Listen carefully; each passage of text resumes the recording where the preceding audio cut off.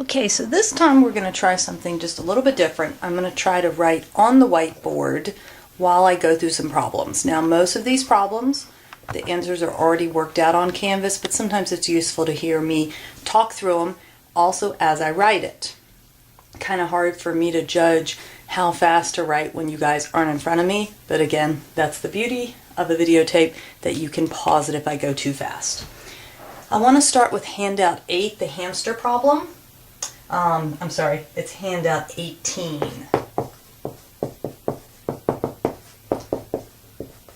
Okay, let's see. It says, from a sample of 143 JMU students, I find 26% like hamsters.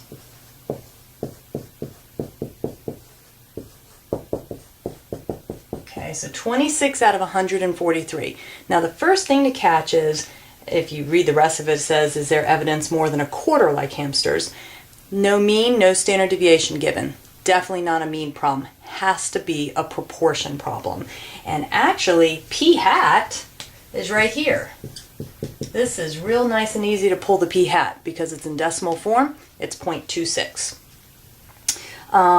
Then I do give you an alpha of 0.05. So the question, it says, is there evidence more than a quarter?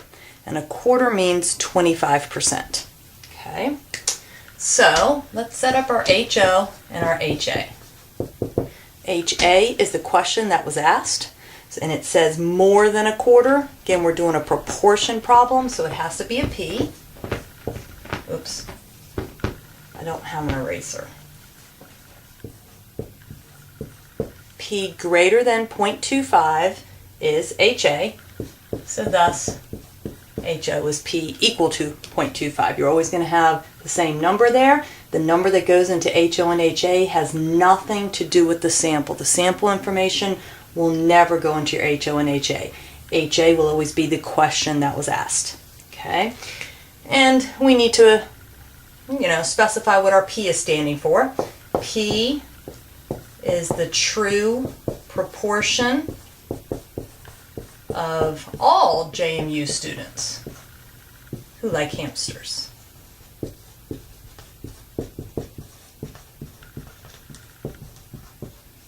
You don't have to put the word all there, but I really want to make sure you know that we are not making a statement about the 143 students. They were a sample. I know the truth for 143. It's 26%. I'm trying to make a statement about the population of JMU students. That's why I use the word true there. You could use the word population if you want. They're synonyms of each other. Normality assumptions, N times, what do I think P is? 0.25, greater than or equal to 15. N times 1 minus 0.25 is greater than or equal to 15. I can definitely tell those check out. Now we're going to go and set up our test statistic. Step 3.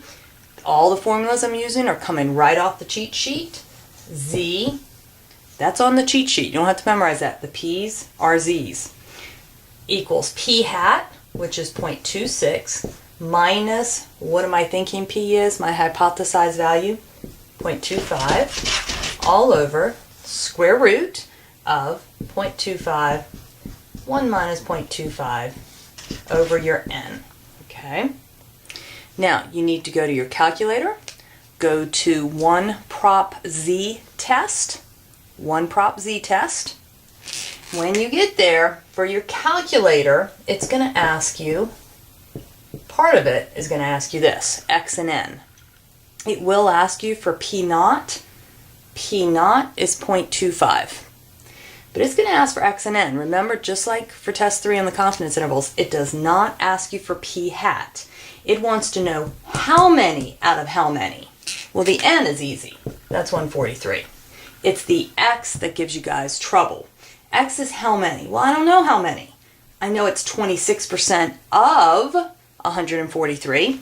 So in your calculator, go 0.26 times 143. Hit equal or enter or the down key, whatever.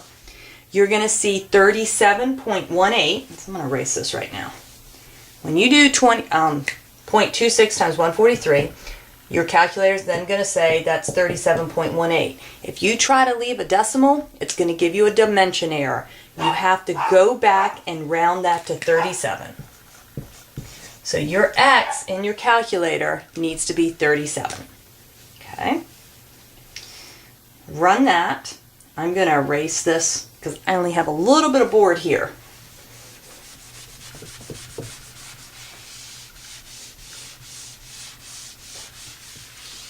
Alright, so hopefully you've been doing your calculator work while I was erasing. Okay? So you ran that one prop z test. When you look at it, it should tell you the z value is 0.24. That is a tiny z value. Again, coming back to my picture, I was trying to figure out if I came from this curve of 0.25. I know I landed at 0.26, right? Somewhere up here. But I don't know exactly where I landed till I calculate the z-score. Now I realize I'm like 1/4 of a standard deviation. I mean, I'm probably like right in here. Okay? So just visually, wow, yeah, I think I fit that curve just fine. I definitely know I'm not going to reject. Shading into the tail, which is greater than. I expect it to be shading greater than, because number one, look at your HA. You had a greater than symbol. Came up with a positive number here. That's why I'm shading greater than this positive. So thus my p-value expression is probability that z is greater than this positive number I just got. Look at your calculator, it will tell you what the p-value is. This is 0.4046. That is a big p-value. It's probably the biggest one we've seen so far. Is 0.4046 less than or equal to alpha? Alpha was given in the problem 0.05. Remember, I'm asking myself this question. Is this a true statement? No, it's not. When it's no, we say do not reject HO. And now, especially if you use my steps to practice, it tells you when you're making a statement, do not reject HO, you're going to say there's not evidence of HA. There is not evidence of what was asked. There is not evidence, I'm going to look back at my problem, see what was asked, that more than 1/4 of JMU students like hamsters.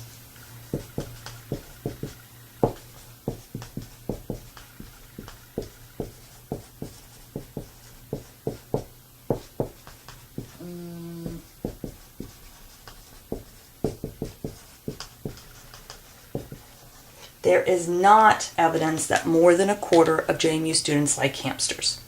Okay, so that is, except again for the picture, everything that I've put on this whiteboard for this problem, you would have to put on the test to get all of your points. Okay, so I have picked 2 problems off handout 17 now I want to do. These 2 are usually asked of me to do like during review sessions, so thought I would do them on the video, and that way if they make sense, when we do meet for our review session, we can do different problems. First one I want to do is handout 17, number 10. So this is where if you want to pause your video and go read it, handout 17, number 10. Okay, so read that through one time. Alright, so at first glance, it almost seems like there's 2 different things happening. I'm seeing something about 1976 and I'm seeing something about 1997. Alright, but as you read through that, you saw nothing about mean, nothing about standard deviation. They kept using the word proportions, and I see percents. So I know it's a proportion problem. Test-taking strategy says we did not learn how to do 2-sample P proportion problems in class, so you know it cannot be that. And it is definitely a proportion problem. So we got to figure out, why does it seem like there's 2 things happening? Number 10 is a little tricky because it even starts off a sample of 8,709 adults taken in 1976 found that 9% believe. Let me at least write some of that. 9%, okay? And they gave me a sample, so that's worrying me a little bit. Then it says a poll of 1,000 adults taken in 1997, found that 11% believe. Okay, I probably should be putting p hats on here, but I know where I'm going with this. The very next sentence is critical. You might even want to underline the sentence. Assume the population proportion for 1976 to be 9%. That's why I left that as a P. They just gave you the truth. Pretty much that sample was so big, they're saying, hey, forget that it really came from a sample. We are going to assume that to be the truth. So this is known. Okay, that's the truth. What we always got to figure out is what are we clueless about? We are clueless about 1997. Pretty small sample. N equals 1,000. Okay, that's the one that we want to really test out. So this is just like the America-Alaska one, where I was clueless about Alaska, and I was just using that America number to kind of as a benchmark to compare things to. All right. Test the hypothesis that the proportion of adults believing in 97 was higher than 1976. 1997 higher than 1976. But I know what 1976 is. It's 0.09. Okay, so this is just, again, my scratch work. I'm going to put this formally into HA right now. HO. Okay, here's my HA. Here's my question. Got to use a mu or a P symbol. This is a proportion. I'm using the proportion symbol. Greater than 0.09. So then, of course, HO is equal. And what really make sure you understand is this P is the true proportion who believe in 1997, because that's what I'm clueless about. Okay, I know the truth about 1976. I'm not testing it. This P right here is representing 1997. Okay, we got to check for our normality. N times P greater than or equal to 15, yeah. N times 1 minus P greater than or equal to 15, yeah. We're good there, so we have normality. Classic thing I see go wrong in my office on this homework problem is that 9%, make sure you've got it at 0.09, not 0.9. 0.9 would be 90%. I see that go wrong on this problem a lot. All right. I'm going to erase this, and then we're going to figure out our test statistic. You know what we're really trying to figure out?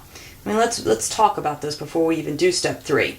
I see I got 11% of my sample. I'm trying to see if basically 11% is big enough past 9%. I mean, obviously 11% is bigger than 9%, but is that just regular random variability, or is really something significant happening? Is 11% big enough?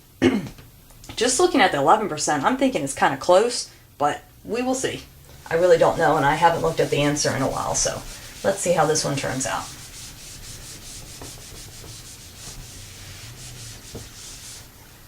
All right, so we're calculating our z-value.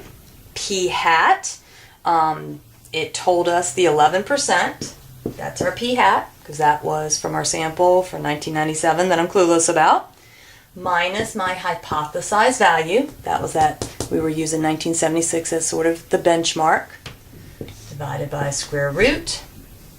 0.09 times 0.91 over the 1,000.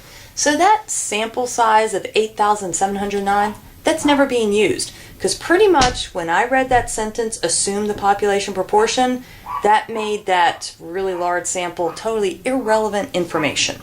Okay? You're going to one prop z-test. P naught is your 0.09. It's going to ask you for x and n here. Okay? 11%. Well, I'm sorry. Your n is 1,000.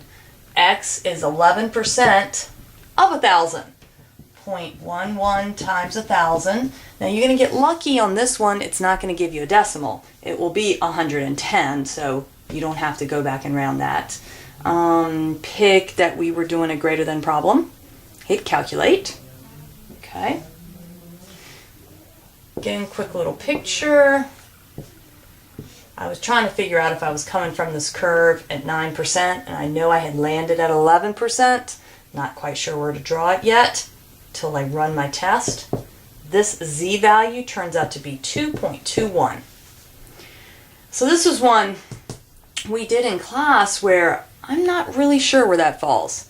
It's not falling right here towards the middle, and it's not falling way out in the tail. It's kind of what I call falling in the gray area, that I really actually don't know how this thing is going to turn out. But I still like to draw my picture because it helps reinforce what my p-value is. Okay? The p-value is the probability that z is greater than 2.21. Alright, because I shaded a greater, I was doing a greater than problem, came up with a positive number. Look at the p on your calculator. You should get 0.0136. Alright, and I remember this. This is a really small one. We talked about being alpha dependent in class. I can already visualize. If you give me a pretty big alpha, yeah, that's going to be less than it. If you give me a really small alpha, it's not going to be. So we got to look back at the problem, see what they gave us. But let me erase this.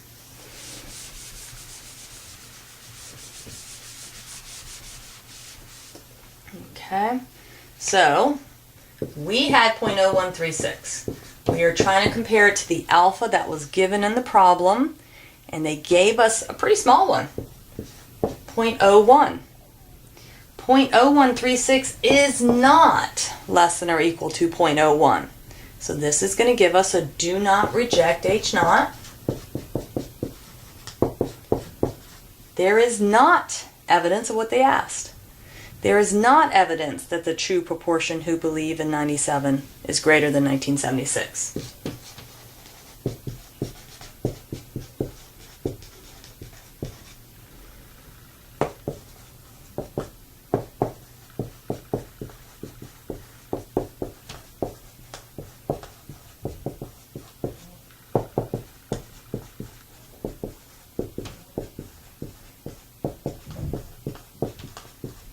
There is not evidence of that. We are going to stick a confidence interval on here briefly. Let's see. We need to do a 98% confidence interval.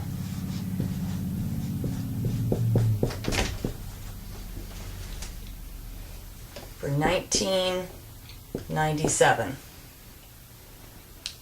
All right, I gotta grab my calculator out.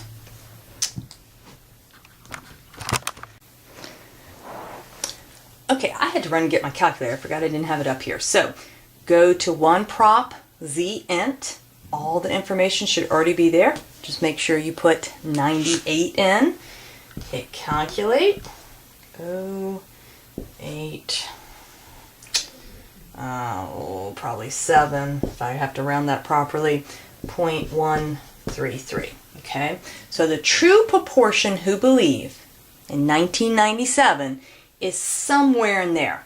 And we want to go back and answer the hypothesis test question based on the confidence interval. And we were trying to see if 1997 was greater than 1976, and 1976 was 9%. So is this greater than 9%? That's the question. So this is a test 3 topic. We're going to say no, the entire confidence interval is not greater than 0.09. Let me write that down, but remember these confidence intervals from test 3 and the interpretations are back and they're fair game for test 4. So, no, the entire confidence interval is not greater than 0.09. You know, thus we have the same conclusion as our hypothesis test. Okay, because we had decided, no, there wasn't evidence that it was greater. That's right, there's not evidence it's greater, because the whole thing's not greater than 0.09. So, of course, you should be getting the same conclusions. Okay. Showing the setup is fair game, but the formula is just right on the cheat sheet, so that shouldn't be a problem. All right, I want to go on to do handout 17, number 9 now. While I erase, you can go read that. Handout 17, number 9.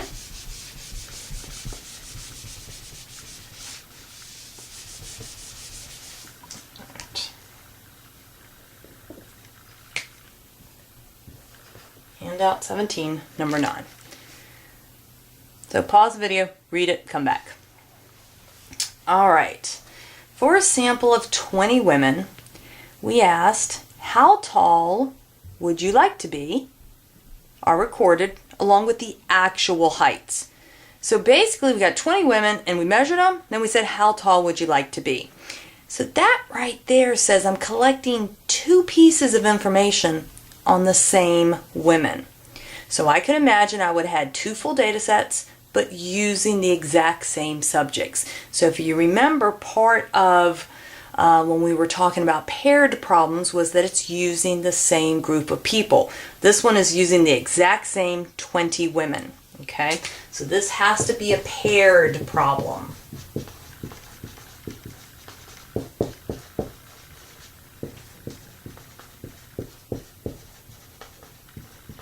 It used the same 20 women. This one doesn't give us the real data though. Some of the other problems that we worked, we had the real data and we actually did the subtractions, like on our before-after problem. There's another problem on Handout 11 that gives us basically the subtractions. Like if you just glance down at number 12, right below the problem you're looking at right now, number 12, you can see there's a list of data, and those were actually the subtractions. It doesn't give us that either. Number 9 actually gives us the summary statistics, but it kind of gives it to us in a really weird way, and that's why I wanted to do this one on the video, because this one is a little bit of an oddball one. They give you the mean height and then the mean desired height. So they give you mean desired, 66.7, and then they give you the mean of the actual, how tall these women really are, and that is 64.9. Now, on the paired problems though, we don't get to look at the 2 pieces separately. Remember, it kind of turns into where it looks like a one sample problem. That is why they go on and they do give you the 1 standard deviation. Basically, they already knew what all the little subtractions were. They did the subtractions and they calculated the standard deviation of the subtractions. So that is why there's a little sub D. Okay? This D, we mentioned in class, stands for difference. It's just indicating that, yes, we did the subtractions. What's up with giving me 2 different X bars? This book that I pulled this problem out of wanted to make your life difficult, okay? You really are mathematically allowed to subtract the 2 means to get the 1 mean that would represent the differences. So on this problem, you do still get to have the luxury of deciding, do you want to do desired minus actual, or do you want to do actual minus desired? Does not matter. This standard deviation would hold whichever way you want to do the subtractions. So just basically so I can cheat and look at my answer sheet right now, why don't we do desired minus actual? So that our entire problem is going to be desired minus actual. So let me go ahead and get my new mean. 66.7 minus 64.9. That's going to give me 1.8. 1.8. So this now is my X bar D. The mean of the differences between how tall these women wanted to be and how tall they were, 1.8. Standard deviation is 2.1. Okay, so I'm gonna erase some of this. I got a kind of a lot of mess here. I am gonna keep that I'm doing desired minus actual, just so I don't forget what order I chose to do. I've got my X bar is 1.8 and my S is 2.1. Okay, and that's why it looks like a 1 sample problem. Now, on this Handout 17, they just ask you to do a confidence interval. So we're going to start with that. And remember, it's got to be called confidence interval on the difference. So if you look at Handout 9, it says 95% confidence interval for the mean difference between desired and actual. That means, remember that we really did these subtractions in the background, even though it doesn't really look like it. The formula is the very first one on your cheat sheet. It's not, that really long one. This is not the independent, it's the paired. So X bar, plus or minus, I'll come back to my t, s over square root, I had 20 women. Okay. Degrees of freedom will be 19, so go to your confidence interval chart. Under 95%, degrees of freedom of 19, you should see 2.09. All right. You are going to t interval in your calculator, just like we did for one sample mu problems from test 3. You're going to pick stats. X bar is your 1.8, S is your 2.1. I'll actually pull mine up, make sure I'm not forgetting to tell you something. Yeah, X bar SN is 20. Our confidence level for number 9 is 95%. Then hit calculate. Okay. And you will get 0.8186 to 2.7814. Okay, that's the confidence interval for the true difference between desired and actual heights. Now the first thing I do notice is 0 is not in there. So I do know that there's going to be a difference, but we got to figure out what that difference is. Okay, and that's what's really important to remember. Even on the paired problems, even though they look like one sample, they really were 2 samples, at the beginning. We have to do the what I did, what I got, what it means. What I did, what I got, what it means. So we have to make sure we interpret this, because this isn't your traditional 1 sample. It really was the 2 samples. So let me erase some of this. Well, you have that written down, so I'm going to erase that. Okay. What I did, what I got, what it means. We do that when we're doing any type of 2 sample mu problems, whether they're independent or whether they're paired. Okay? So, first let me see what they asked. Do women want to be taller or shorter than they are? That's prompting you to try to, make a correct statement. All right, since I did desired minus actual, so that's what I did, and got, look at your confidence interval, there's 2 positive numbers. I got all positive numbers. Okay, what I did, what I got, what it means. All right, if you did desired minus actual and you got positive, that meant the first number is bigger. Desired is bigger. Women desire to be taller than they are.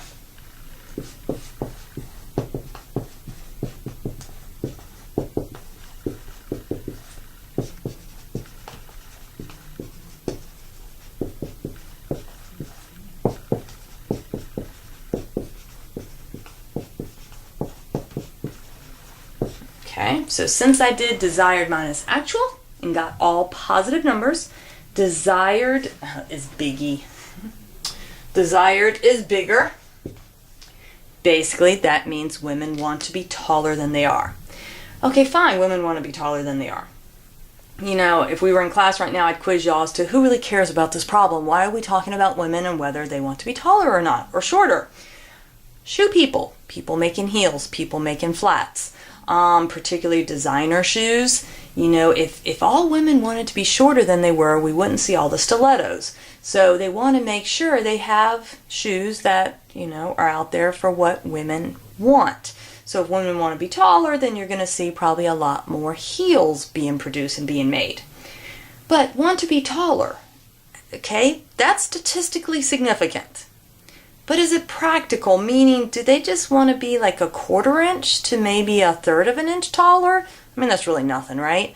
Or do they want to be 2 to 5 inches taller? That is considerable. So, again, when another follow-up question to this would be, okay, how much taller then do they want to be? And just make sure you understand that's what that confidence interval gave you. Anywhere between, let's see, I'll round it a little bit, 0.8 inches to 2.8 inches. I'm rounding because that probably makes a little more sense to most of us. Okay, those are the two numbers from the confidence interval. That's what the confidence interval is giving you. It's telling you by how much. So, I mean, to me, that's probably considerable. That's 1 inch to 3 inches taller. That, you know, are heels. It's not like it's just 1/4 to 1/2 inch or something. So I think, and again, whether it's practically significant is your personal opinion. Personally, I think that's practically significant because 1 to 3 inches is considerably taller. Okay, so that one I didn't ask for a hypothesis test on. You could go and do a hypothesis test on it, kind of make sure you get the same thing. All right, so that's number 9. I think I'm going to go to handout 19 next. So I'm going to grab my handout 19 out. Okay, so I want to start with handout 19, number 1. All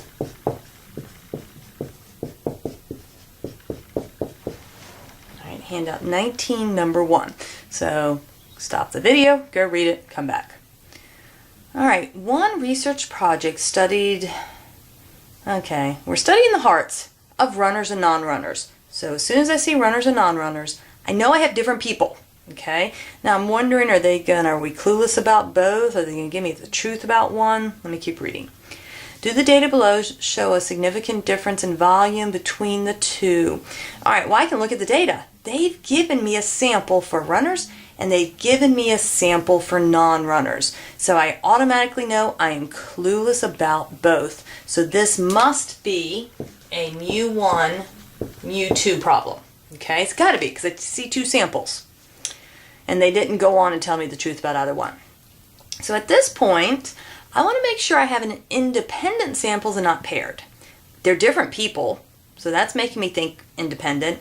I probably just want to make sure there's not an extra sentence that says, and we paired them by weight, or and we paired them by age, or and we paired them by some other variable. There's not an extra sentence. So this is independent. Okay, my independent samples, my classic mu1 minus mu2. I do notice that my ends are kind of small, less than 30, so that's why you'll see that I have handwritten in assume normality. Okay, so where's the question? Does it show a difference? So it didn't ask if runners was greater than non-runners or something like that, it just said a difference.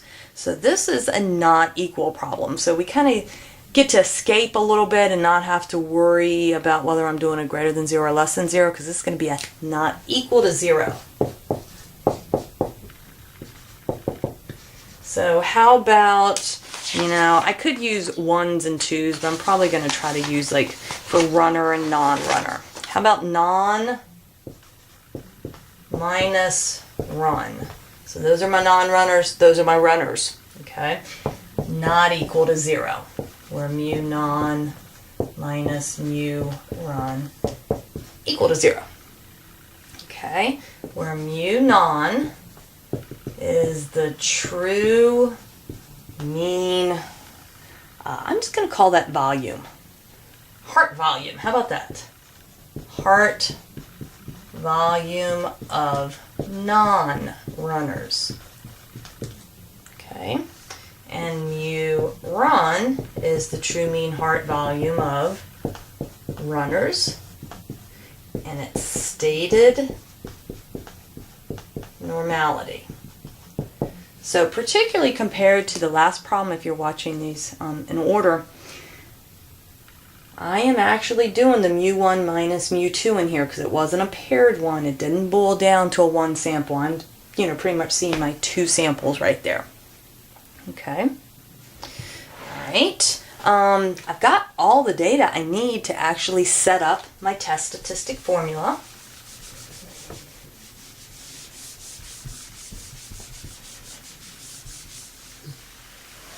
Okay, now you got to keep up with it. I chose to do non-runners minus runners. So we have to make sure you do the non-runner. I got to get this closer. Non-runner. minus runners, okay? Take a really carefully look at that, because I know it's in backwards order from how it's listed, you know, in the data table, but for whatever reason, I chose to do non-runners first, minus runners, so I got to keep up with my consistency. I got to be consistent. And then each, well, square root of each of the s's squared over n, the other s squared over n. You're going to 2-samp t-test.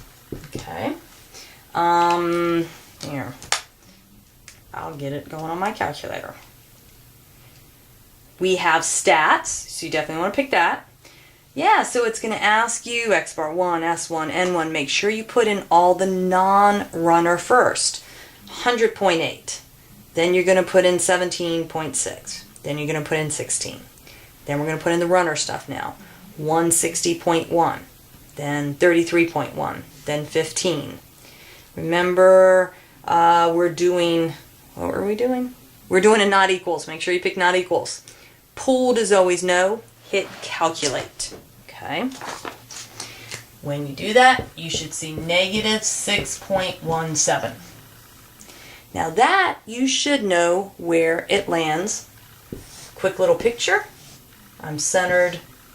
HA and HO had 0 in it, right? Negative. Because remember on a not equals, you don't know where you're going to land. Well, now I know where I landed. I landed way down here. Okay?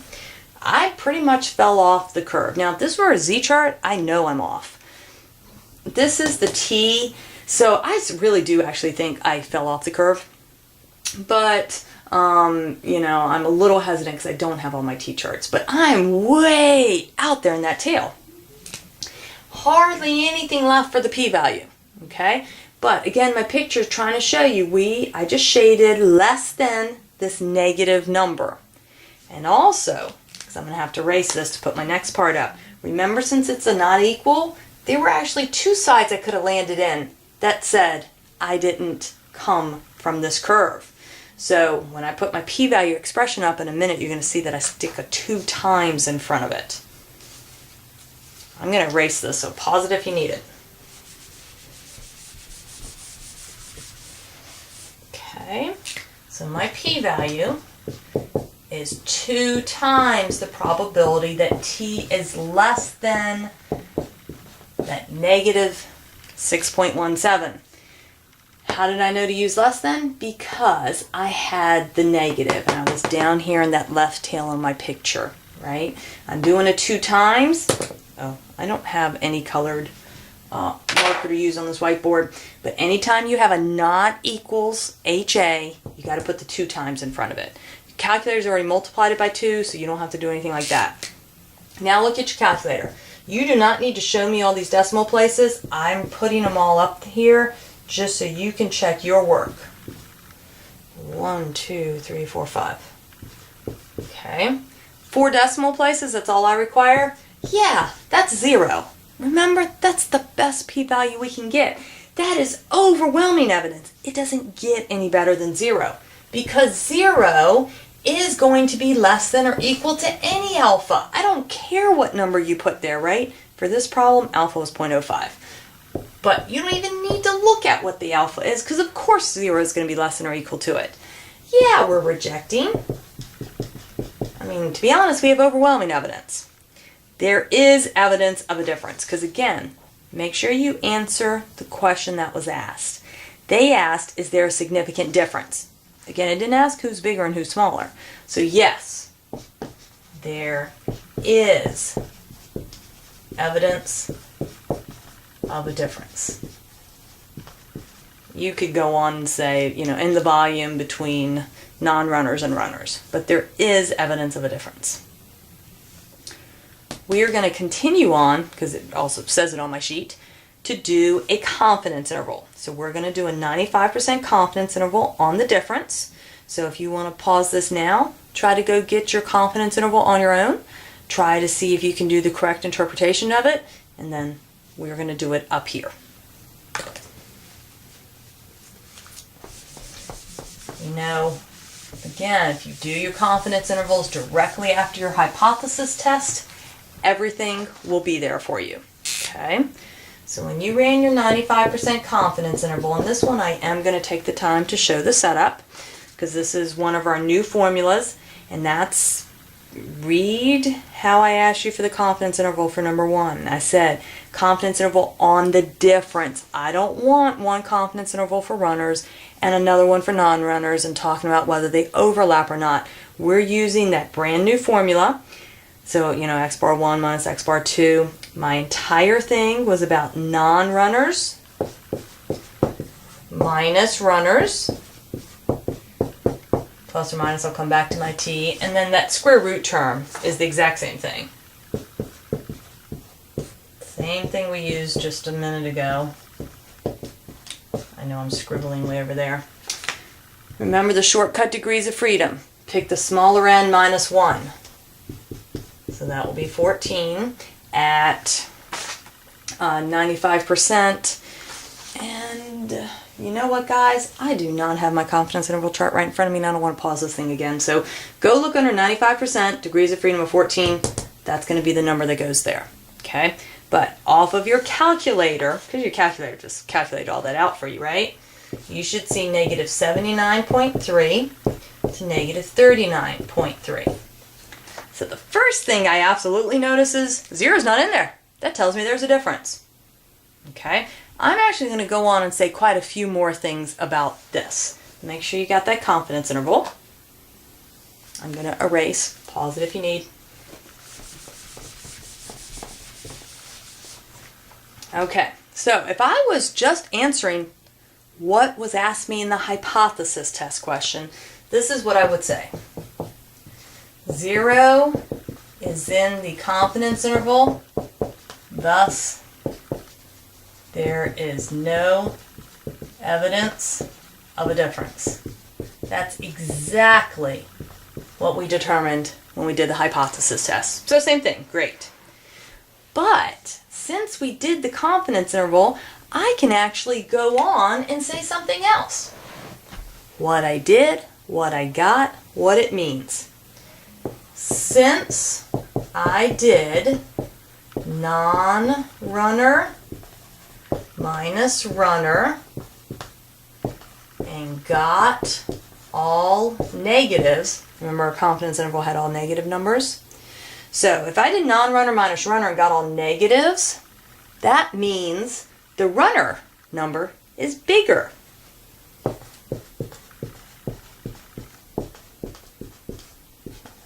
Have bigger, higher volume, whatever the proper word is. Okay? Because if you're doing non-runner minus runner and you get all negatives, that means the second number must have been bigger. The runner must have been bigger. Runners have bigger volume. What I did, what I got, what it means. Okay, runners have more volume in their, whichever part of the heart this is. Okay? How much bigger? Just a little bit? Just a lot?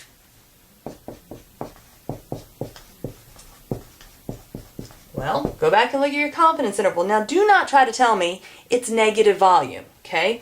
39.3 to 79.3. Somewhere between 39.3 and 79.3 is how much bigger.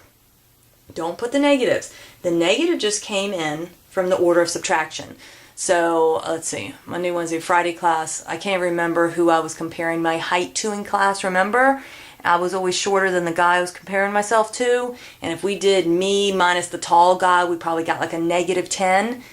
It didn't mean that I was negative 10 inches tall or anything like that. It meant that the guy was 10 inches taller than me. So that's what this means. The negatives have nothing to do with it. It's just from the order of subtraction. Okay? All right. I've got to pause this video for a little bit. Not that you're probably going to notice. When we come back, we'll do a few more from Handout 19. I want to do number 5 and number 7 from Handout 19.